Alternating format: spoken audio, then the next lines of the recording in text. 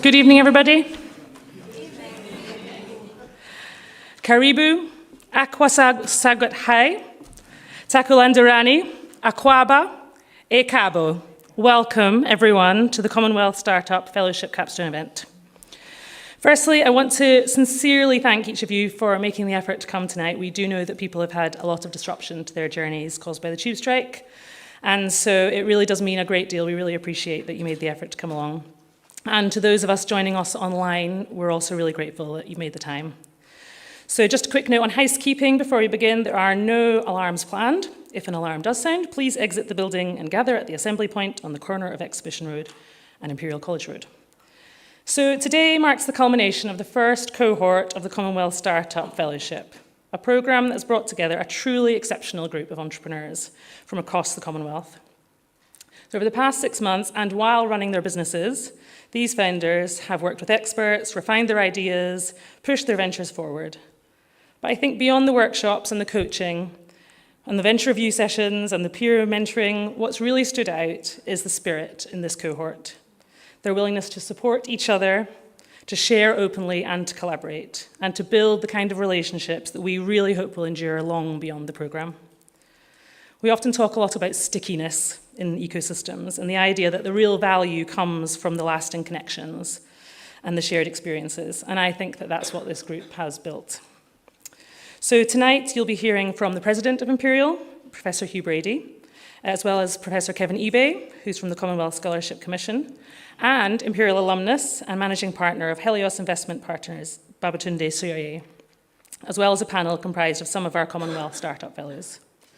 So just before I hand over to the main event, I just want to take a moment to thank all those who've been involved, from our facilitators and our coaches to the Imperial alumni and colleagues who have reviewed the applications, our incredible program managers, Abby and Ingeborg, and my partner in crime, Sarah. And finally to the events team, who have been incredibly patient with us amongst all the changes of the tube strikes. So today's really a celebration of how much the fellows have learnt and the community that they have formed together. We are so proud of what they have achieved, and we're really excited to see where they go next. So thank you for being with us to celebrate, and I'd now like to welcome to the stage Professor Hugh Brady, President of Imperial.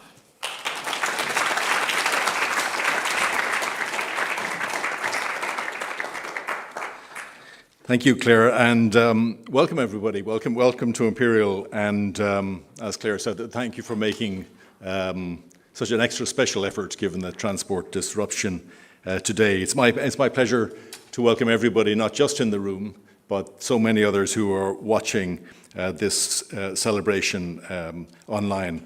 And this is a wonderful celebration and showcase of the Commonwealth Startup Fellowship, which, as you know, is a flagship initiative delivered by Imperial's Enterprise Lab and Imperial Global Ghana in partnership with the Commonwealth Scholarship Commission. And I'd like to thank the Commission and the UK Government's FCDO for their support and their vision and their commitment to this programme. A year ago, we brought our Imperial community together to imagine what our future should look like. And we asked the key question: how do we maximise our potential as a force for good in the world? And that was a really great and actually inspiring conversation that led to our new strategy for Imperial Science for Humanity. But that's the same question that's driven each of our fellows through their entrepreneurial journey. They've each been motivated by a desire to make the world they live in a better place. And they've each chosen to use technology as a tool to develop innovative solutions. And this motivation, this ingenuity, this energy, and this drive to be useful, which is Imperial's founding mission, it has just been wonderful to see. And the way that they have applied that to really make the world a better place, to use technology as a tool to develop innovative solutions, has been, for us, like truly inspirational, and we're just delighted to be part of. We're delighted that they're now part of our community that spans 192 nationalities, so a truly global community. The fellowship is underpinned, so I mentioned our strategy, Science for Humanity. The fellowship is underpinned by two of our university's strategic priorities that are captured within that strategy. One being Imperial Innovates and the other Imperial Global. Imperial Global is our gateway to the world. It allows us to bring more of Imperial to the world and more of the world to Imperial.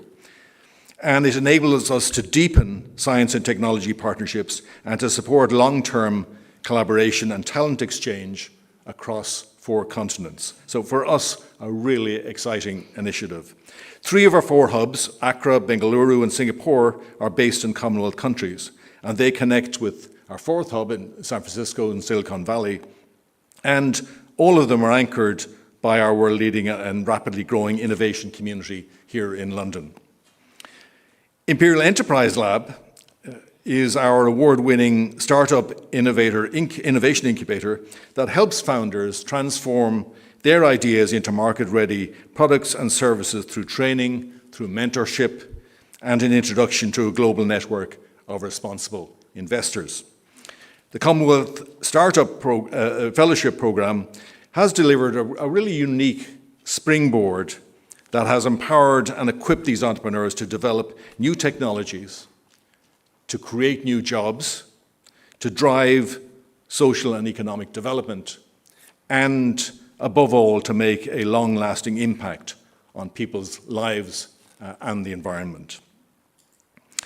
The breadth and diversity of ideas and sectors represented by these fellows, and it was just great to get to meet some of you before this event started, and I look forward to hearing more as we go through the event. But that breadth and diversity of ideas and sectors is absolutely phenomenal. So just some examples: AI-powered cancer diagnostics, affordable transport, inclusive finance, sustainable housing, and clean energy, just to give you a few examples.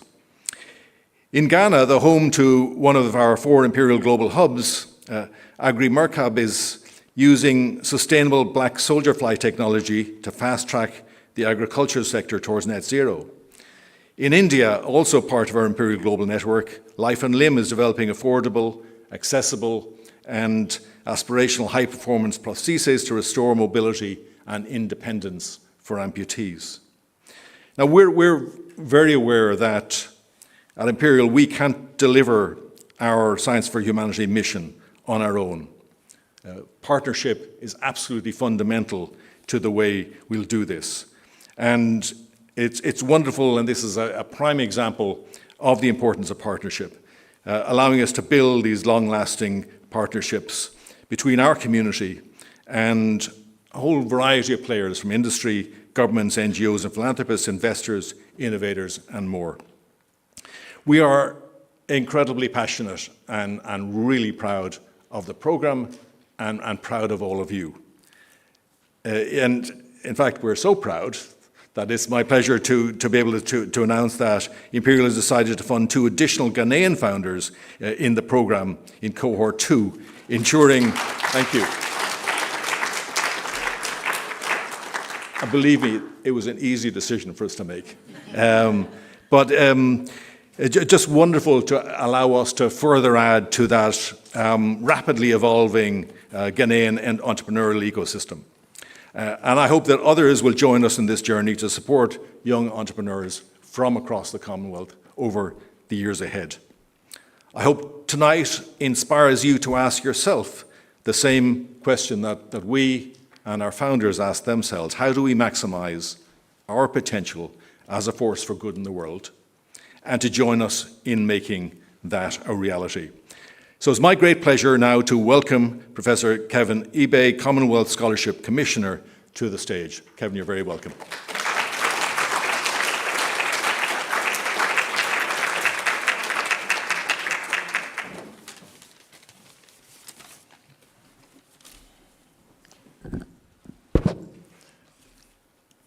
Thank you, Professor Brady, for your kind introduction and welcome, and for your inspiring leadership here at Imperial and elsewhere. I think it's also my pleasure to congratulate you, Imperial, under your leadership, for becoming this second-ranked institution in the whole world. I think that's brilliant news, and apparently also the top in the UK and top in Europe, understandably. Now, good evening, everyone. It's a real honor to be here, to be part of this celebration of our fantastic Commonwealth Startup Fellowship inaugural fellows. We're here to celebrate their remarkable achievements. And I'd like to, on behalf of the Commonwealth Scholarship Commission, to thank our partners at Imperial College London, Imperial Global, Accra, Ghana. I had the privilege of being in Accra in March, and Claire and her team were very kind and received us very warmly. And they also provided an excellent platform for the inaugural fellows. I'd also like to thank the Foreign and Commonwealth Development Office for their unwavering support for bringing this vision, the vision we had to set up this Commonwealth Startup Fellowship, bringing it to life. But that also goes for the entire commission. I understand that Robin, the chair of the CSC, addressed this meeting earlier this evening. And Robin and the chief executive, Annie, and, well, I shouldn't call names, but colleagues within the CSC, everybody put together to make sure that our vision for this program came to fruition. And we're also very delighted to find in Imperial such an excellent, highly experienced, and suitable partner, delivery partner, to make this program a reality. So the vision for this fellowship stems from the fact that we believe that across the Commonwealth, talent exists in abundance, every corner of the Commonwealth. And that talent can flourish with appropriate support. Young people represent an extraordinary force for change, and nowhere is that more important than in the Commonwealth, where over 60% of the population is under the age of 30. This translates to 1.6 billion young people, all with immense potential for innovation, leadership, and bold solutions to the world's most pressing challenges. Please do not take my word for it. Those of you that were here probably an hour or so ago and listening to the pitches, the investment pitches, would know that this is, the point I'm making is a fact. So, yeah, we have an abundance of talent and youthful population with the energy and the skill sets to tap into the opportunities that are there in abundance. But I think there is a major challenge I think the world is facing, and that is that the global job market is struggling to keep pace with the need for jobs. The World Bank estimates that about 600 million new jobs will be needed by 2030. 600 million. Of course, the world is not creating enough.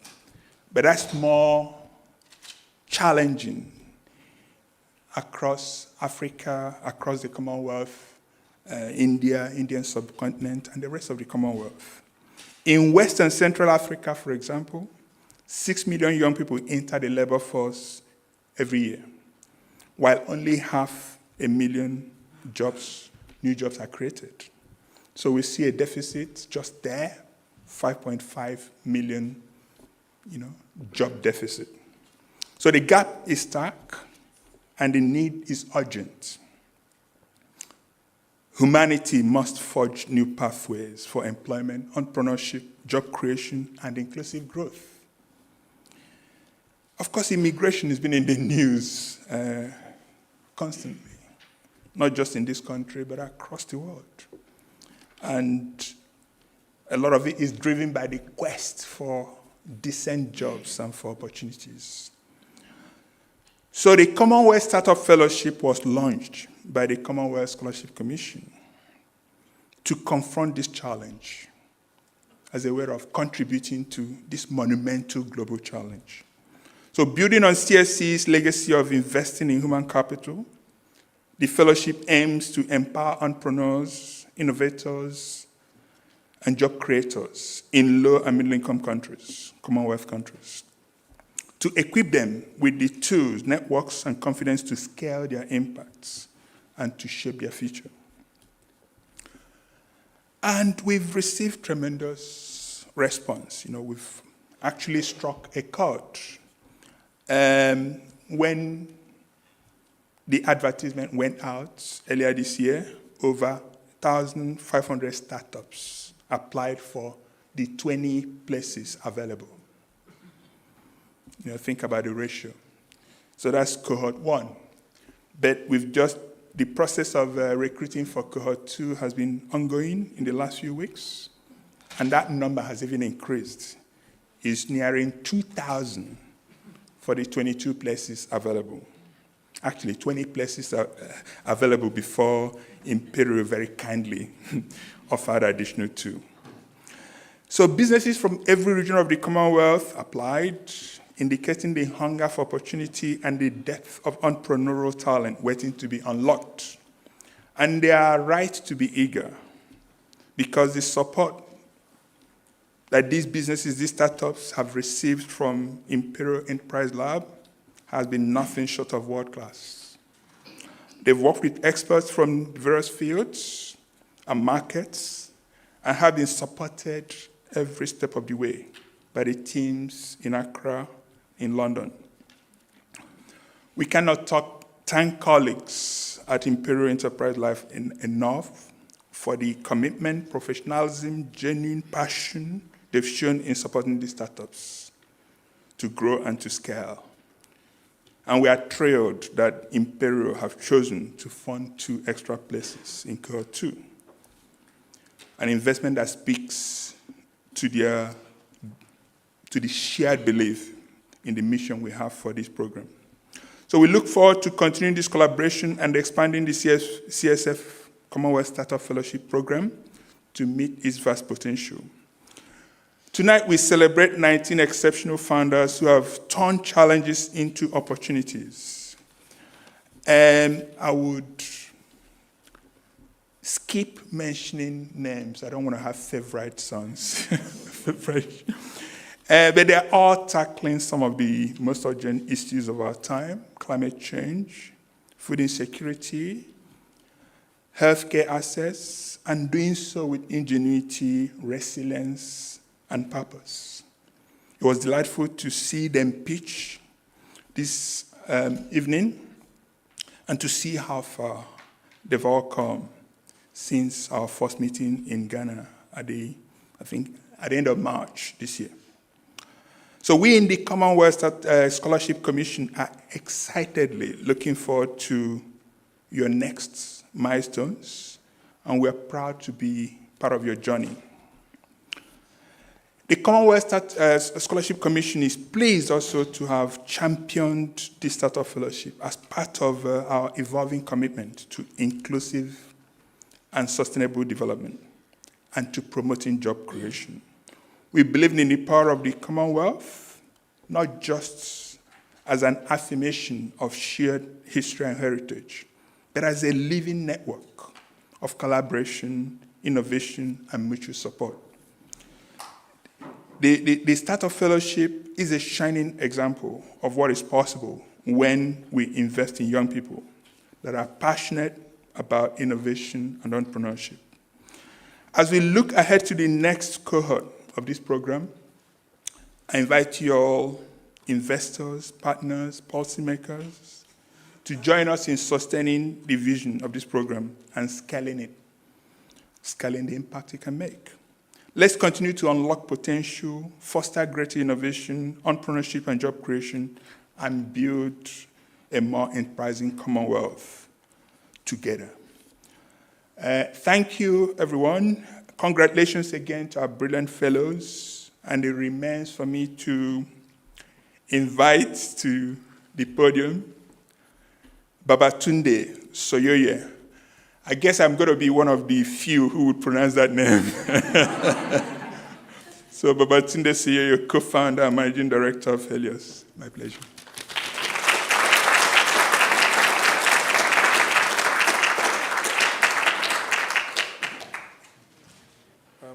Kevin, Dalu. Actually, looking in this room, it's been a while since I've been in a room where the average age feels so inspiring and smiles everywhere, and the energy levels are actually quite pulsating and just really, really excited. I feel really excited about that. The vibrant colors as well have something to do to contribute to it. I've written a few words. I'm going to just probably dip in and out of the words, but first I should thank Claire. When Claire called me up, I didn't know this person. She said, you went to Imperial, you do stuff for the Commonwealth, you invest, we're doing this stuff. I was like, how did you get my number? What do you want from me? but I think with some persuasion, I'm quite excited, and thanks for reaching out to me and inviting me to this. It's a real pleasure to be back at Imperial, which is a place I spent a few young years of my life, very memorable, exciting periods of my life, and it helped shape who I am and what I've become. I'll do some of what Kevin said earlier. Thanks to acknowledge all the work from Imperial Enterprise Labs, Imperial Global Ghana, the Commonwealth Scholarship Commission, FCDO, for their vision in launching this bold and timely initiative. By the way, this word bold is very important because for all of you out there doing ventures, the question to you all, are you being bold enough? It's a really, really important question. Global domination, are you being bold enough? You can't be shy. When people go out and create businesses, they don't start with, oh, it's this, it's that. It's global domination. You've got to ask yourself the questions again and again, am I being bold enough? It's a really important question to ask yourselves. Yeah? I'll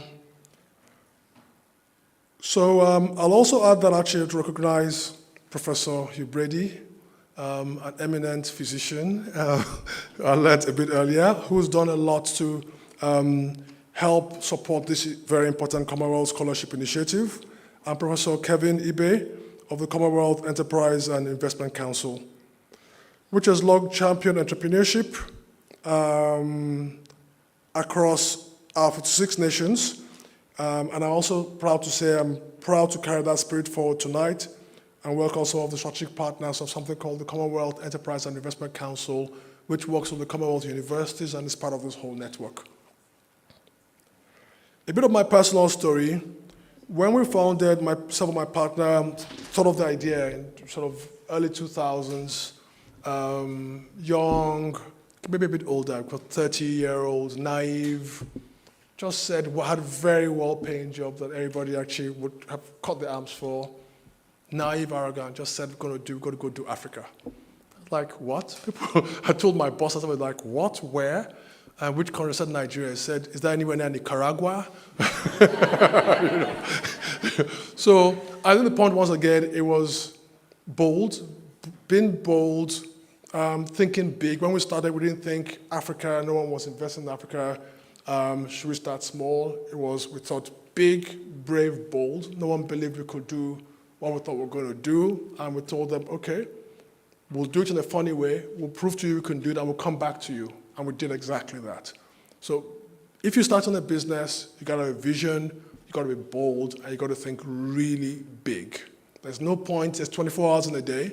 Yep. Whether you are the same amount of stress and work you do flipping a burger at McDonald's is probably the same amount of work, maybe not Elon Musk, but some of the other guys who work many hours do. So just make sure you're bold, you're brave, and you use your time very, very judiciously.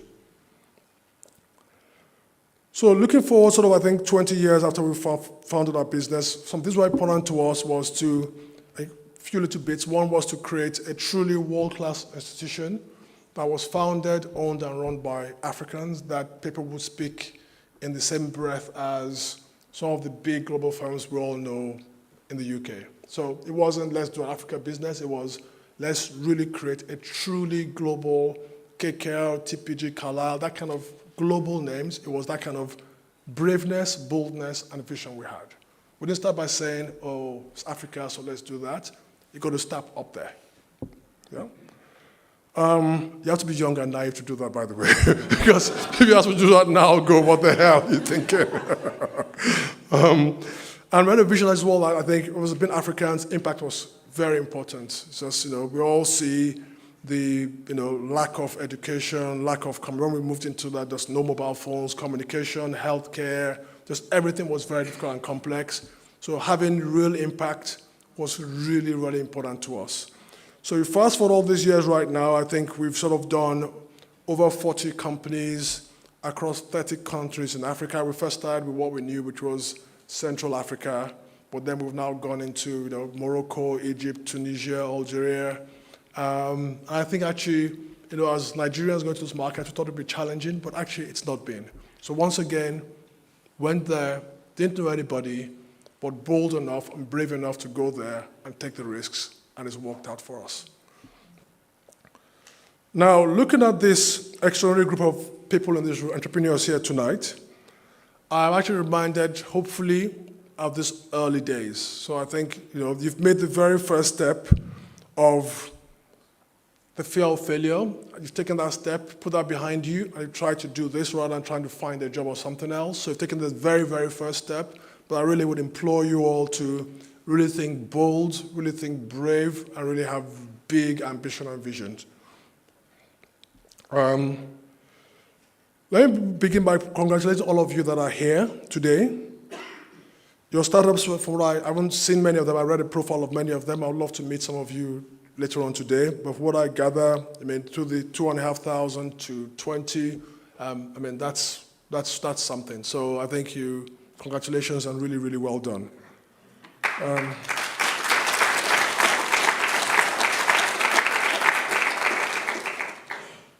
Actually, globally, some statistics someone gave to me was that fear is rising. The share of adults who said they would not start a business for fear that it might fail is actually rising, which I think in the world we see where we have all these tech startups and everything else, actually is a surprising statistic. But people are just more and more fearful of the risk of maybe social media, all the things we hear about in society today. But the fear of taking the risk because of fear of failure, which actually is not failure, I call it learning, is something that I think people are concerned about. But it's not fear of learning. Actually, you want to learn. If you don't fail, you don't learn. You learn more by things that go wrong than things that go well. Kevin mentioned the point as well that, actually if you look forward, we heard all AI, jobs are just going, this weekend KPMG said they're hiring 20% less people. Everywhere you go, people are just hiring less and less people. So the ability to go out there and be an entrepreneur, this is not just for Africans, across the whole Commonwealth, across the whole world. Just go and create your own business. It's an increasingly viable career path when you finish university, because it's going to be increasingly harder and harder and harder to get jobs in many of the businesses that we know today and will aspire to go and work with. So I think go out there. It's not a negative if you go and it doesn't work and then you try to apply for a job later, but just don't be scared. Go out there, try, and make it happen.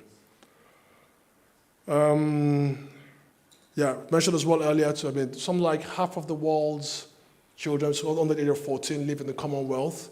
Actually, statistics I think is really quite surprising. Actually, Nigeria alone, there are more babies born in Nigeria every year than all of Western Europe. That's just a scary statistic. What that means for the future in terms of just people, viability, vibrancy, and everything else is quite significant. And so the jobs required in that kind of environment, really the entrepreneurship and starting businesses are just what you need to do. They're not going to be big companies doing, if you look at places like India, there's very few big companies. If they are there, they're family owned or individual owned. It's all entrepreneurs trying to make ends meet, small, medium, large, not so large. I think that's the vision, for Africa is one of just entrepreneurs making things happen. and the Commonwealth. When I think I'm excluding, unfortunately, places like Canada and the more developed Commonwealth countries from my thinking. Across the Commonwealth, entrepreneurs are leapfrogging traditional barriers, using mobile money, clean energy, digital health, and reshaping entire sectors. And I think that trend is going to continue. And let's be clear, I say it again and again, the ambition is not to remain small or even medium. The ambition is going to be regional champions, global champions, companies that people will talk about globally forever, not just in our village or on our street and so on and so forth. Now, this is why the Commonwealth Startup Fellowship is so important, because what it does what it can do, because there's 2,480 other people who didn't get the scholarship, who probably actually are going to create amazing businesses, but at least the fellowship tries to provide support for some to help them in their journey of being entrepreneurs. You've had the chance to train, to test, and to refine your business models. And most importantly, you have built networks across borders, across industries, and across the Commonwealth. What you've built here is a foundation for scaling and growing your businesses and turning your good ideas into sustainable businesses that can shape markets. And I would like to pause here to highlight something truly remarkable. Two of our fellows, Bayo Afrik from Kenya and Freshback from Tanzania, have not only excelled in this program, they have gone on to be shortlisted for one of the most prestigious honors in the continent's innovation landscape, the Royal Academy of Engineering Africa Prize.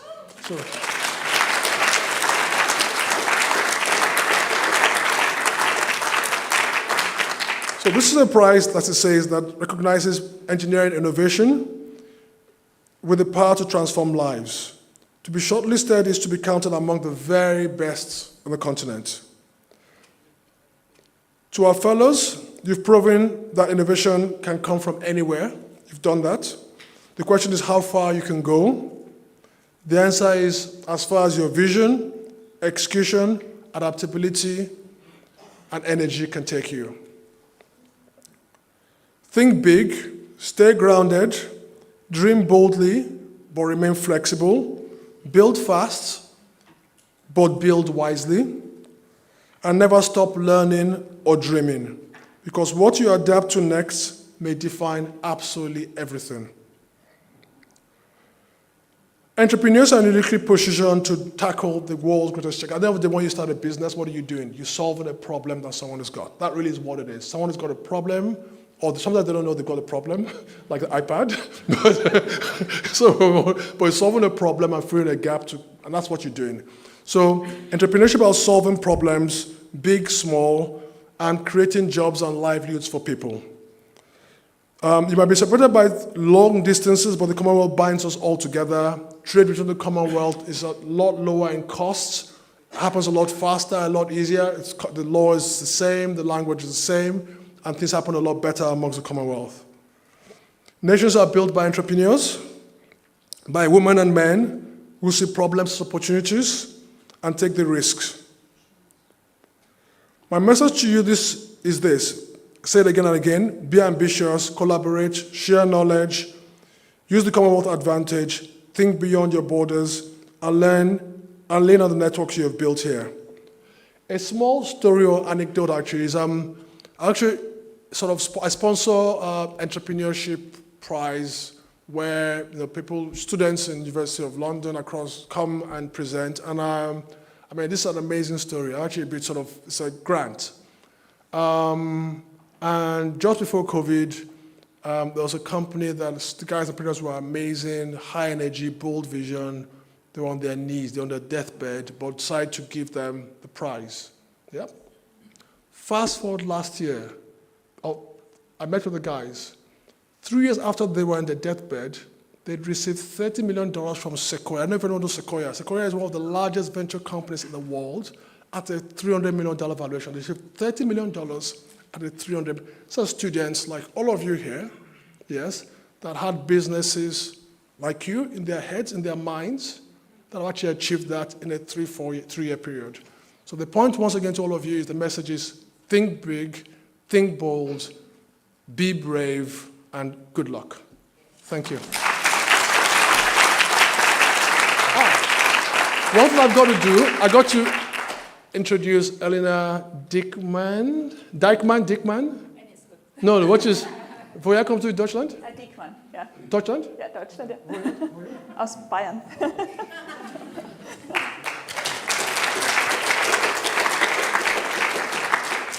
Thanks a lot, Babatunde. I didn't expect to be greeted in German, so it quite struck me. Thanks a lot also, Hugh, for the introduction, Kevin. So we are thrilled to actually have 4 rising superstars and innovators today with us. And I would like to say their credentials are exceptional. We have Nifamo, who is a council member of the World Economic Forum, and also Marianne, who is voted the top 50 most influential woman in Kenya. So I'm absolutely thrilled to welcome them to the stage. So Taiwo, Nishant, Nifamo, and Marianne, if you could take your seats, and then we're going to spend 25 minutes to hear about your exceptional journey and where you want to go.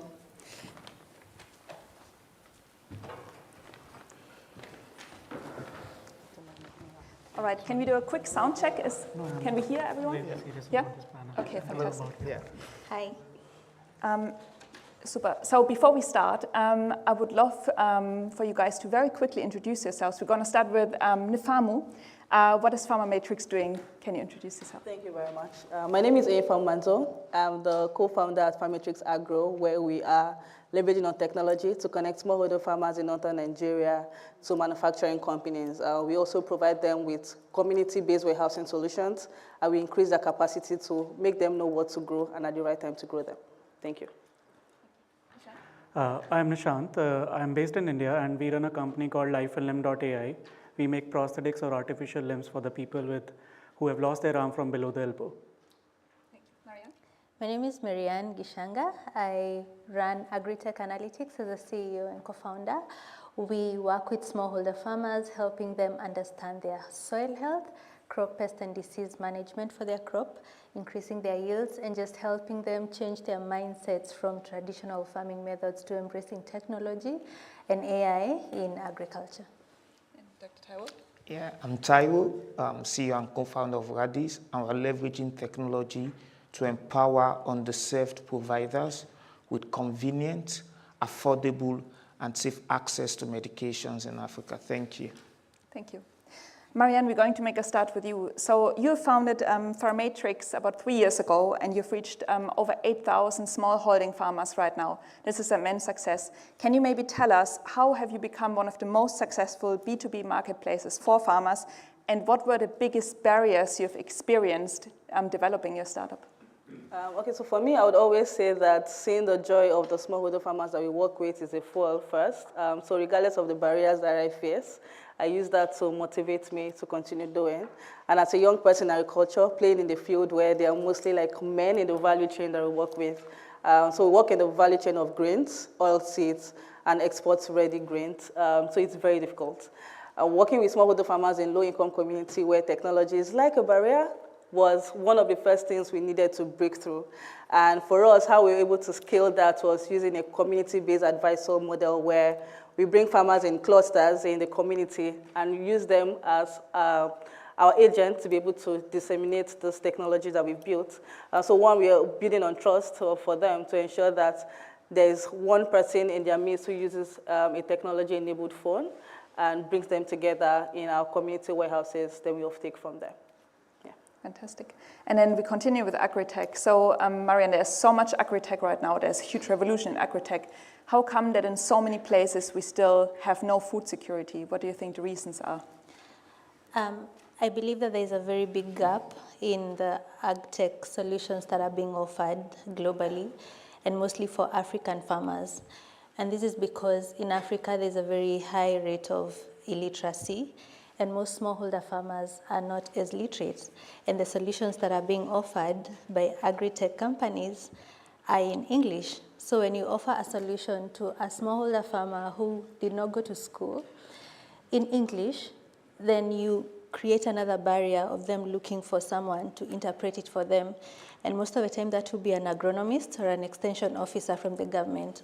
The extension officers are quite expensive, and sometimes they're not even willing to work with smallholder farmers because they're not paying them as well as large-scale farmers. And we ignore the fact that smallholder farmers produce 80% of the food consumed globally. So 20% of the food consumed is produced by large-scale farmers. Of course, it's taken for value addition, it's exported off.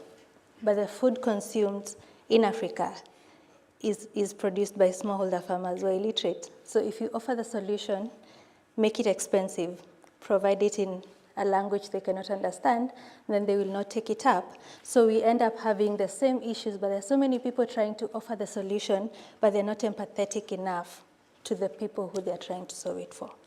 Okay. And your startup, Agritech Analytics, can you describe how you're working in transforming the lives of those, I think, 7,000 smallholder farmers you're working with at the moment? How do you work with them? For us, we've really gone to the community setup. We work with farmer cooperatives, women farmer groups, and we also give them the alerts in the vernacular languages. Now we've broken the barrier between getting agronomists. The farmer really understands what it is that we're saying. If they're going to the agro dealer, then they know what they're asking for. They're not relying on someone else who understands English and misinterprets what it is that they want to do for their farm. And then working with these community setups like farmer cooperatives and women farmer groups increases your viability and also being accepted by the smallholder farmers because they are a product of traumas that have been there when NGOs come with products and projects and then leave them without continuity. Okay. It's an amazing impact you guys have, and I'm really excited to see where you're going next. Let's move from agri-tech to health tech, actually. Nishan, so we spoke a little bit on a call earlier, so I heard that you actually have a pan-Indian trial going on, a pilot with over 150 patients who are wearing your prosthetic limbs at the moment. Can you describe maybe what were the barriers of launching a low-cost health tech device and rolling it out at scale in India? What have you experienced so far? So we were in touch with around 2,000 customers who are direct patients or B2B clinics, and we realized that they believe on imported products rather than something made in India. So it is about the packaging that we do, and it is not the physical packaging, but the regulatory compliances or the quality of the product. We are not skipping the part where it has to be certified for EMI, EMC, that means electromagnetic induction and conduction, because it is class 2 medical device. So if we are having global certifications, that is something which makes a way for global market, whether it is made in India or countries like Nigeria or Kenya. Other barrier is the cost. So we skip the part where we are dependent on imported components for batteries, sensors, and electronics. 98% of the parts are made in-house, and we are very proud of that, and it's been around 5 years making those technologies work. We have multiple patents and trademarks around it. That enabled us to first reduce the cost of the child components, bill of material, and second, made our servicing model quite easy. So within 7 working days, we are able to replace or repair the product and achieve those numbers, 150 prosthetic hand users. That's amazing. Let's jump to you, Taiwo. So Red Ease has also had immense success. So we talked about it. You have a huge amount of 3 million actually users at the moment, and you're rolling out rapidly. Can you talk about what Red Ease is and where you are today? What is your company doing? Yeah, so what Red Ease is trying to do is to provide access to medication. So for me, I grew up in a remote part of Lagos. So I saw that when you go into the city center where maybe 15% of the population, maybe less, lives, it's easy for them to walk into one of those retail chain pharmacies and get medications. But when you go into the remote parts where about 85 to 90% of the population lives, I face that challenge. You go from pharmacy to pharmacy and there are no medications, and you're even afraid what you're getting might be counterfeit. So I wanted to solve that problem, right? So started talking to pharmacy owners in remote community. What's the challenge? And we saw that a lot of them go to the open drug market. I said, why do you guys go to the open drug market to buy stuff? And we saw that it's because genuine essential medications were either unavailable or unsafe, or unaffordable. So we decided to create a platform that aggregates demands from these underserved providers so that we can give them access to bulk purchase discounts. And then we also leverage technology to aggregate supply so that they can get everything in one place, vetted, right? And it's safe, it's affordable, and it's convenient. And that's what we're doing. And today, at the moment, over 5 million patients. It's 5 million now. It was 3 million unique patients, through about 500 plus underserved provider, previously underserved, because now they are no longer underserved, thanks to the work that Radis is doing. Now, through this over 500, we can reach 5 million people monthly who now have access to essential medications. And I think that's been very, very, very, very amazing. Excellent.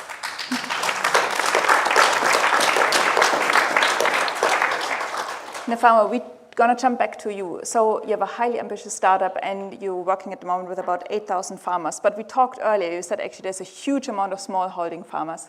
How would you like to expand and how are you going to scale your business all across Africa, hopefully all across the world? Fantastic. So a good thing for us, the grains that we work with are staple foods around the continent. So we're looking at expanding within West Africa and Eastern Africa. However, currently Nigeria sits around 35 million smallholder farmers, which is still a big market that is untapped for us to take on. And in the next 3 years, we're looking at expanding into several states. We're currently working in 2 states in northern Nigeria and serving B2B, so like the manufacturing companies, one of the biggest manufacturing companies for animal feed, our customers, and we are looking at expanding to 3 other states in northern Nigeria. In the next 3 years, we're looking at working with about 200,000 smallholder farmers, ensuring that they do not just grow food, so we reduce post-harvest loss in between and improve their livelihood by about 25%. Currently, we're targeting around 80% improvements in livelihood when they come on board on Farm Matrix. So we're looking at scaling that in the next 3 years and expanding our reach within the country. Fantastic. I mean, this is a highly ambitious vision you have there.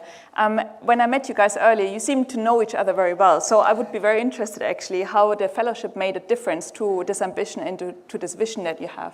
Amazing. I would say the fellowship has given me a community of founders. Building is very hard. It's very hard to be a founder, aside from the fancy thing that we look really beautiful right now. But when you go to the field, it's a very tough work. And the fellowship has given us that community of founders who understand the plight, and we can genuinely go and meet them. And one success for me is currently, Koye is not here, one of the founders who we had the video on. We are building a consortium for a project. A very good amount of project, a good money project, but that wouldn't have been possible without the conversation we had in our boot camp in Accra. After sharing the work that we do and the work that they do, also in agriculture, we could see some level of synergies, and now we are working on a very amazing project in Lagos, where it's a new market for us, and he's also expanding the work that he's doing. So I would say the fellowship has really helped us. Me personally, I would say it's really helped me want to scale the work that we do and giving me an amazing community of founders, friends and brothers and sisters. I can easily call on any of them and reach out to them and share the plight, and they're always willing to help me grow.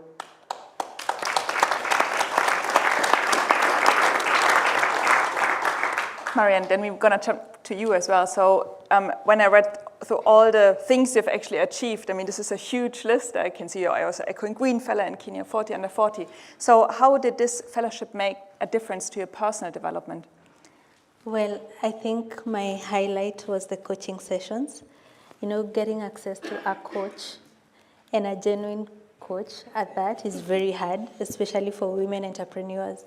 In this world, we know that. So just having someone who's listening to you, who's making sense of all the ideas that you have in your mind. You know, entrepreneurs' minds run. They rush, you know. There's a lot that we want to do, and then this person comes and helps you plan and map out how you're going to achieve that. It's something that we cannot quantify. So I feel like throughout this process, I've had a clearer pathway of what it is that we want to achieve. There are so many things we want to achieve, but there's a pathway of how we're going to do it. And the question that we received yesterday about what would you want as an alumnus, and most of us said that we want to continue the coaching sessions. We are hoping that you're going to truly consider that, because there are so many people who are ambitious, but we lack coaches who can just walk with us, walk through, and we also want to become coaches to people who are behind us, who really, we can see, you know, sometimes in Kenya we say, do I tell you the truth or do I allow you to just go ahead? So yeah, it's very amazing to have coaches, to have trainings, to have these sessions, and to have this family of founders who you can actually write to and tell them, guys, I'm stuck, and they're telling you, no, push on. That is something that money cannot buy.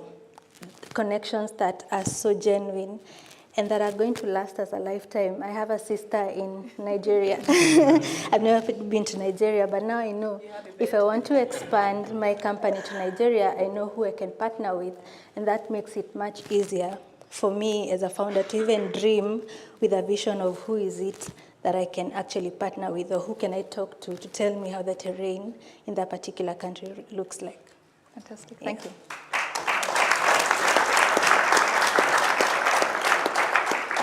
Nishan, let's continue with you. So on the call, we spoke a little bit about your business model. It's quite unique. And yeah, can you maybe explain how you work with NGOs and how your business model works? It's actually difficult to work with amputees, and in India we call them Divyangjan, because everyone is considered to be poor who is amputated in India. So finding out CSR funds is actually a difficult job for a private limited company. So what we did is we reached out to giant companies who have a huge CSR but also can provide us technical solutions. So there is a company called Portiscap, which is based in Switzerland, and they make miniature medical grade motors. So we asked them that the motor that cost us around $200, why don't you give us $50 and I'll use your solution in the prosthetic hand that I'm making. So that way I'm reducing the bill of material and the cost of the product itself. And it will be a long-term partnership where I can see growth with that company, and that is what our business model is around. We are bootstrapped, but there are a lot of Government of India initiatives that have made us possible to build the prototypes, different models of the product, and eventually we'll be able to have some impact investors as well. Yeah, fantastic, thank you. You mentioned when you earlier explained that you work quite a lot with remote communities as well. Can you talk about the challenges of working with them, and how did you manage to reach them in the first place? All right, thank you so much. And I think that's a very big question, because for one of the challenges that we have, as entrepreneurs in Africa is that you have to deal with the macro challenges that, there's all of those infrastructural deficits in low and middle income countries. So what we have done is to leverage partnerships. So unlike, and that's a leverage that we have over some of our competitors who are trying to, build asset-heavy models. So we look for logistics partners.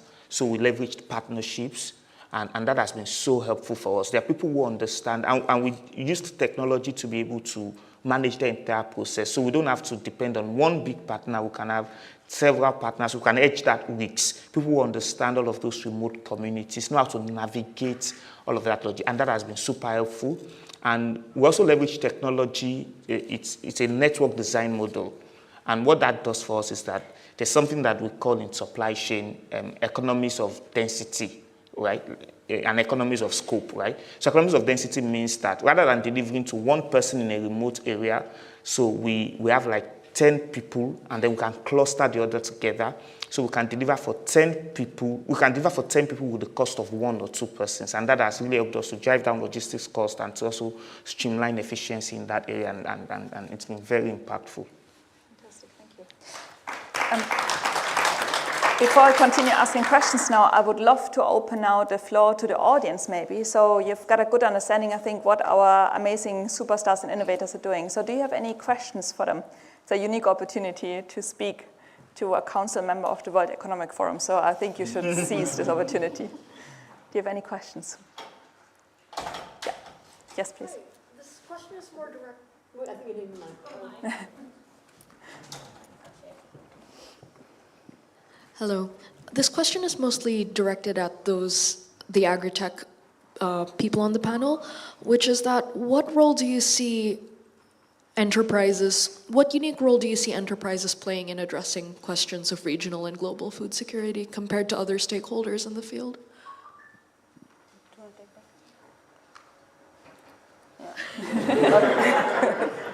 So enterprises, how do you mean? Like the companies that you're founding and like the private sector. Yeah, so firstly, for me, I would speak from the side of Farmitrix. Across the value chain, right, there are different stakeholders that are very important. We always talk about improvement of livelihood of the smallholder farmers which are here, reducing of post-harvest loss, which is like somewhere here, the market is this way, and the enterprise are around this side, right? It's very important that these guys are here to ensure that we reduce post-harvest loss, still trickle it down to the smallholder farmers that produce the food. So without them, we can't sell, I would always say. So we need them. They are very important in the value chain. Also, the other stakeholders in between, from like financiers to input providers, to the guys who support the smallholder farmers with like mechanization is also important. However, enterprises are key. For me, I'm a B2B. We supply mostly to manufacturing companies, off-takers, export markets. So those guys are our guys. So if you are one, you could reach out to me. Yeah. I don't know if that answered your question, by the way. Yeah. Okay.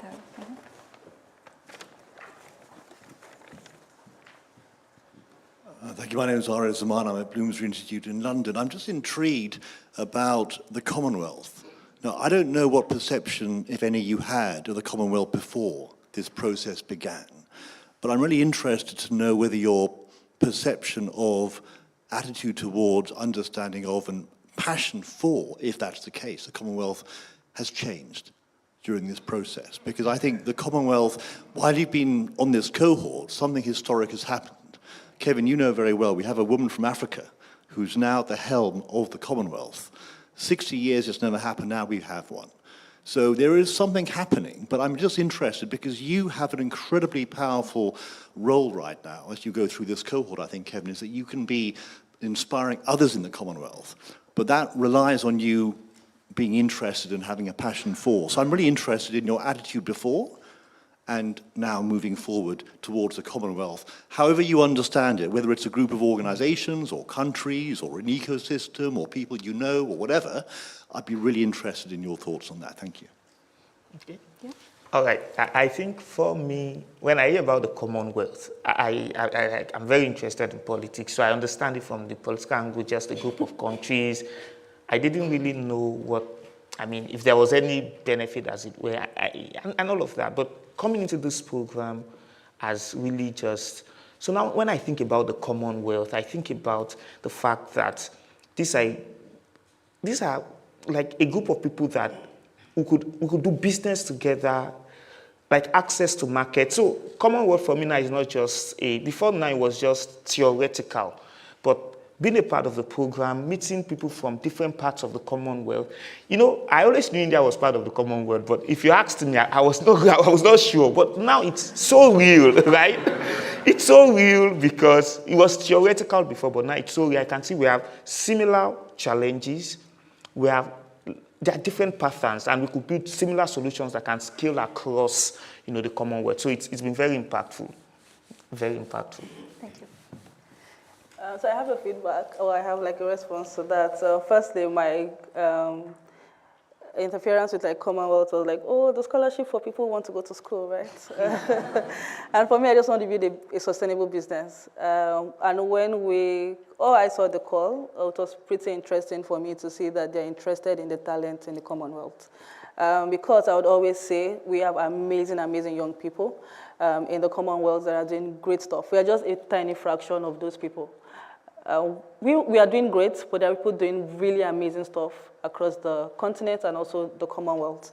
And seeing that they were invested in people like us that don't just want to go to further education through master's program, but also creating jobs, doing impactful work on the field, back on the ground in our countries was really amazing and impressive for me, and it changed my perspective about the organization first, and also for the fact that you guys were now looking back to give back in the sense that most people who go for like master programs, some of them just want to still stay back, even though you make it compulsory for them, but they are willing, they're urging to go back to like the UK. But for us, we are building for the Commonwealth, we are building for the continent. And we are thankful that you could put the touch around our corner to ensure that the work that we do stays relevant in the Commonwealth. So, yeah. We have also a crowd of online listeners today, so I think there's a question from the online crowd. We do. We have an online question, but I first wanted to highlight that we've had hundreds of people watch on our live stream this afternoon, and we've had people from Ghana, Kenya, Nigeria, Cameroon, South Africa, India, and the UK. Oh, and Lesotho as well. So just a massive thank you to everybody watching on our live stream. We really appreciate you supporting this program. And the question is both for the panel and anybody speaking who'd like to take it on. It's about emerging technologies. Somebody from India, a startup in India, has asked if anybody uses data mining or artificial intelligence in their startups. Maybe that's one for Nishana. So I'm really scared to answer that question because AI is something that people are talking about, and I was talking to you about how AI is taking the market and people are ready to invest without even knowing what is AI. So I guess deep tech and AI are something which can enable any of the medical devices to perform more. In our case, we are making prosthetics which are running on EMG sensors or muscle sensors, and these sensors take signals from the residual limb of the amputee. We can filter those signals because it is a raw signal, and have various mathematical tools like moving average to predict the next level of signal, and that could be done by any of the LLM models. So I guess this would be an appropriate answer for use of deep tech and AI in a whole. And Marian, you work with satellite data, right? Yeah, so for us, AI has been a game changer with our IoT devices. We actually, last year, for 6 months, were with the University of Edinburgh, just training our own AI models. So we do not just plug into the models that are available in the open space, but we've been able to train our own AI models. Reason being, if we were to use the plugins, then the data would be giving the farmers would not be so accurate for them, or the recommendations would be out of reach for them.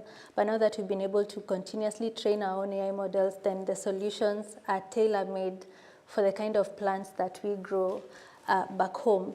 And what it has taught us is that the world, AI has provided a whole new world of anything you could imagine. I mean, right now, AI can create for you a website if you just tell it what it is that you want. And that goes to tell of the opportunities that AI is providing. There is AI for good, and there's also AI that can really mess up a reputation. So I think what we need to do is find the balance between what can you do with AI that can better offer the solutions to the problems that we're trying to solve. And we've seen that working for us.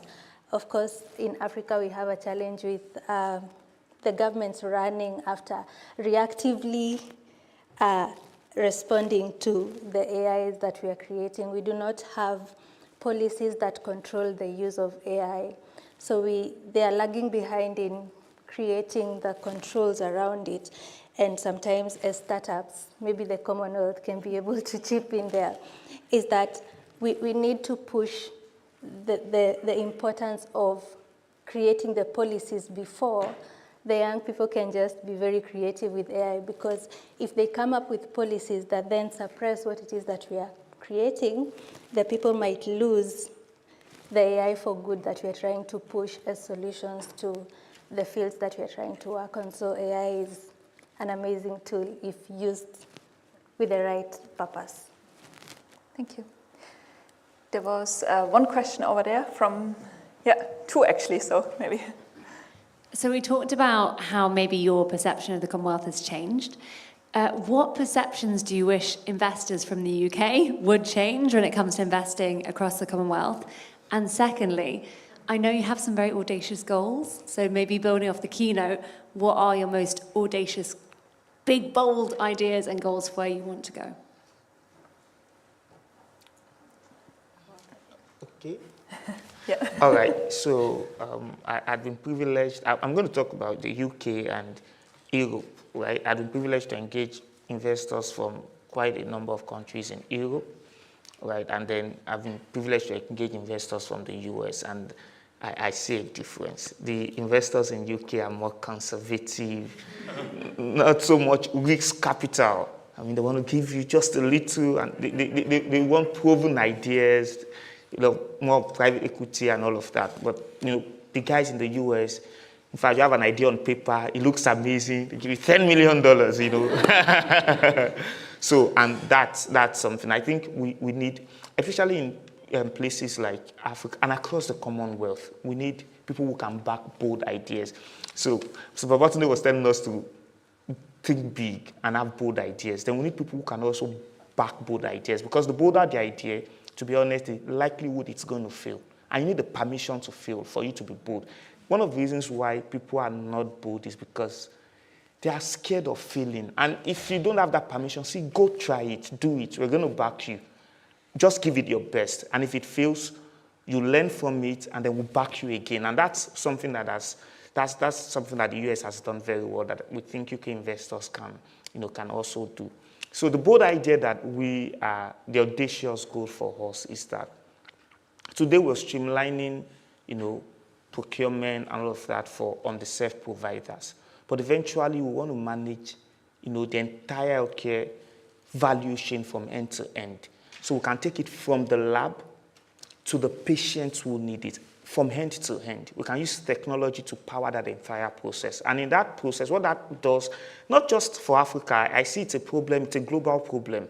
Supply chain visibility, traceability, transparency, because it's so fragmented. So what we're building today, and building that digital infrastructure that can enable us, serve the several billions of people in the Commonwealth and all around the globe, and we can take it from end to end. So the manufacturer knows that this is the demand. I mean, this is what, because if you ask in Africa today, so I don't want to, but we want to build something from end to end that powers the delivery of quality healthcare across Africa, and that's the audacious goal for us. Thank you very much.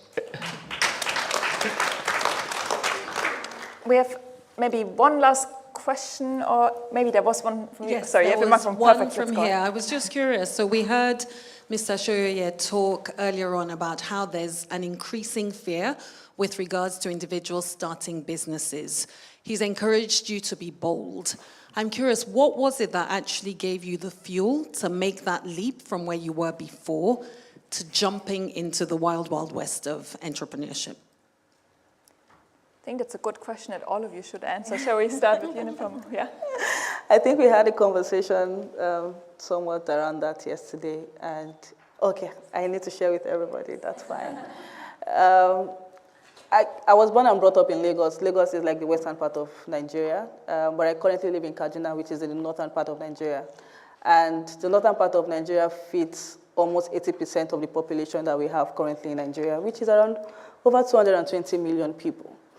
But one thing I saw when I moved to the north was there was high demand for the things that we grow in the north. It's more expensive in the south, but the farmers who put in the work, we're not making enough money. I was fortunate to live in like a rural community when I moved to Kaduna, and before you see 2 houses, you would see about 2 to 3 hectares of farmland, which means these people wake up every morning with their children to go and farm on those land. But they're not making good money, their children were not going to good schools. And I thought to step in with my uncle to ensure that they make better money. Then I started helping them to waybill. So waybilling is putting their grains in a bus overnight from the north to the south, which would take probably about 16, 17, sometimes 24 hours to get to the market. And I started doing that over time. They trusted me to help them sell and make good money. And they were making about 10 to 15%, much more than what they were making in the north, from the middlemen and other guys who were just off-taking from them. And I saw that, 1, a good business, 2, people were willing to work with me, 3, we could scale this from just the few farmers that I was working with in the community that I was living to other parts of northern of Nigeria. And that's how we scaled from there.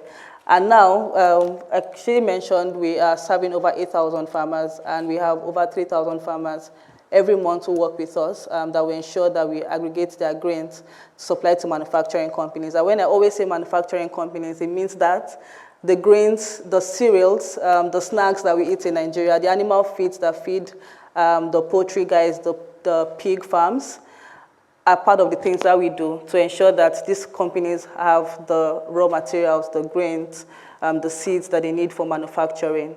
And that's a ripple effect over time. And in the last 3 years, it's been an amazing journey. And in Nishant, what fuels your ambition? What fuels you to get up every morning and do what you do?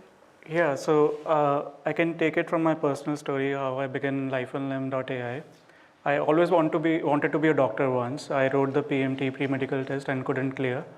So before starting the company, I was working with Bajaj Auto, which is one of the largest motorcycle companies in the world, I guess second largest.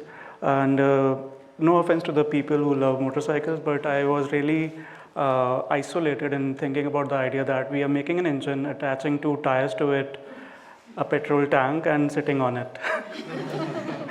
So it was not my cup of tea, and that's what, since I wanted to be a doctor once, I took a leap of faith and started lifeonlimb.ai in year 2020, thinking about that I'll be able to work with the patients, doctors at once.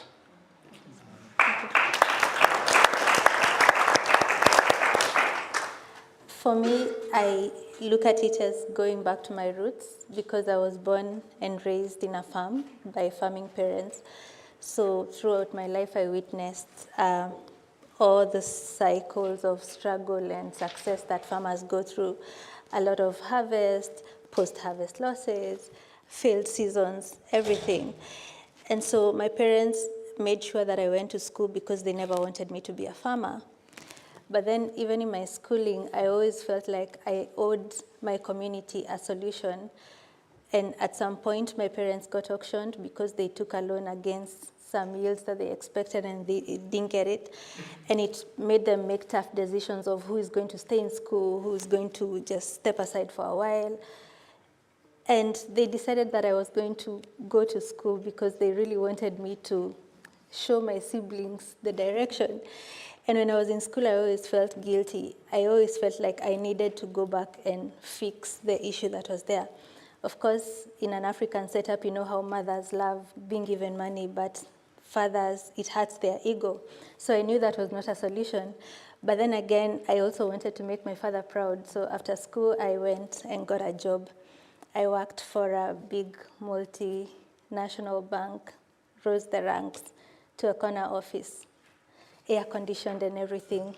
So you can imagine thinking about going back to help my community or parking my car and going to the corner office and getting a salary. They were not adding up. So I went on to work. Yeah, I'm not that young. I went working until 2020 when COVID struck, and I had COVID. And I was expectant, and you can imagine how risky that situation was because I don't know about COVID in the UK, but COVID in Africa was trial and error. You know, we had all these donations from different companies. We didn't know what would work for who or how. And here I am expectant. They're like, you have to get the baby out to get treatment. I said, nothing is going to happen. And so I had a time of being secluded and thinking about my life. My employer took away 80% of my job and maintained my pay. But then I was thinking, the only person who will suffer when I'm dead is my child. And I started writing my eulogy. I mean, what else can you do? I didn't like how it turned out. I had done nothing for my community. I lived a purposeless life. And so I started negotiating with my maker.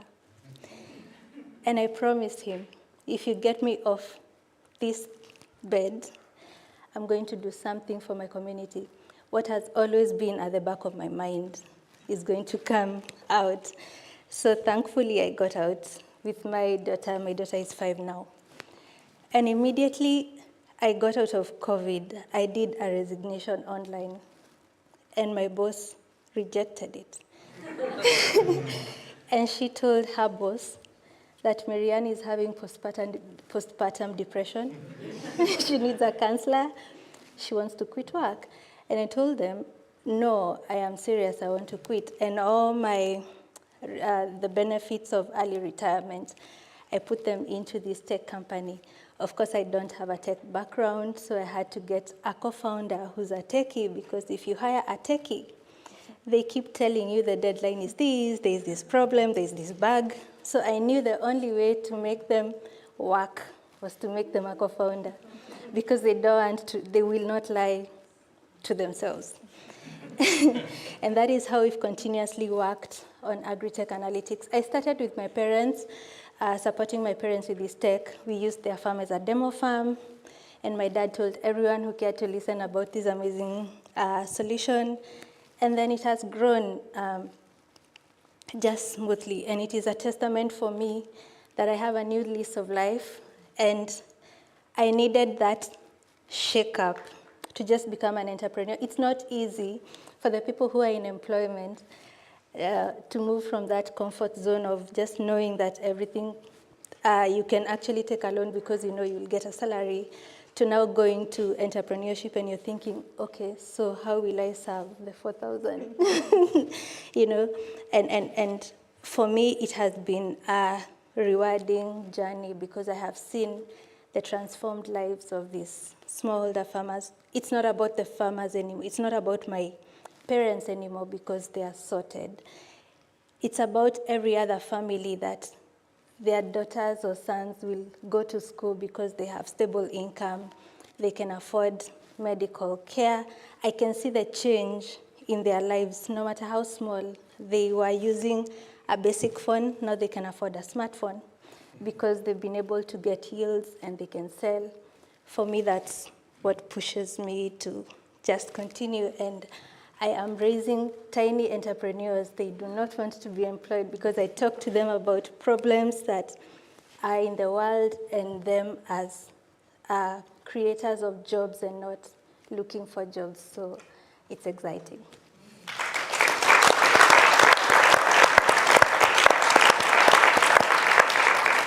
All right, so to answer the question of how did I overcome my fear, I think that's what I'm going to just, like the fear of starting.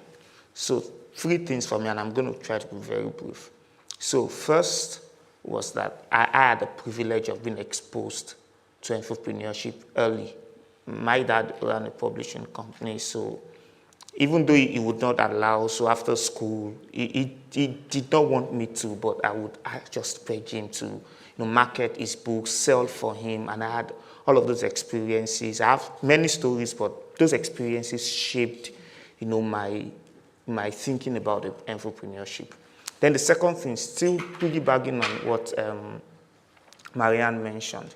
So my dad, he had a very successful, at that level, publishing company. But he always told us, he was a high school teacher, but he always had this fear of stepping from the known to the unknown.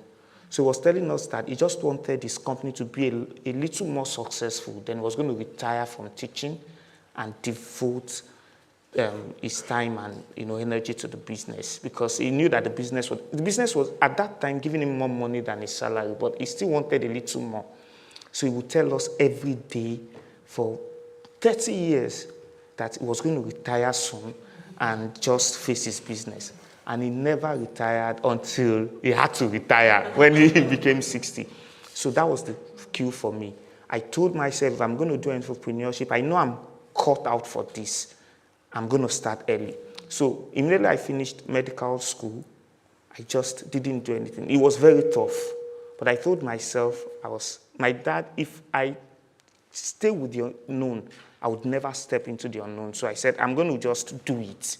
And that changed the game for me. And then the third thing that inspires me, is there's Tony Elumelu, he's a very popular business person in Nigeria. He talks a lot about Afro-capitalism. And then I saw this series. It's a very good docu-series about the men who built America. And that's something that has shaped my thinking about entrepreneurship, that, the problems in Africa, a lot of people talk about the government, the government is not going to solve it. It's going to be people from the private sector, people who are passionate about solving. We can complain and complain and complain, but if we don't do anything about it, nothing is going to be done. And those are the things that inspired me to just let go of whatever fear and just do what I have to do.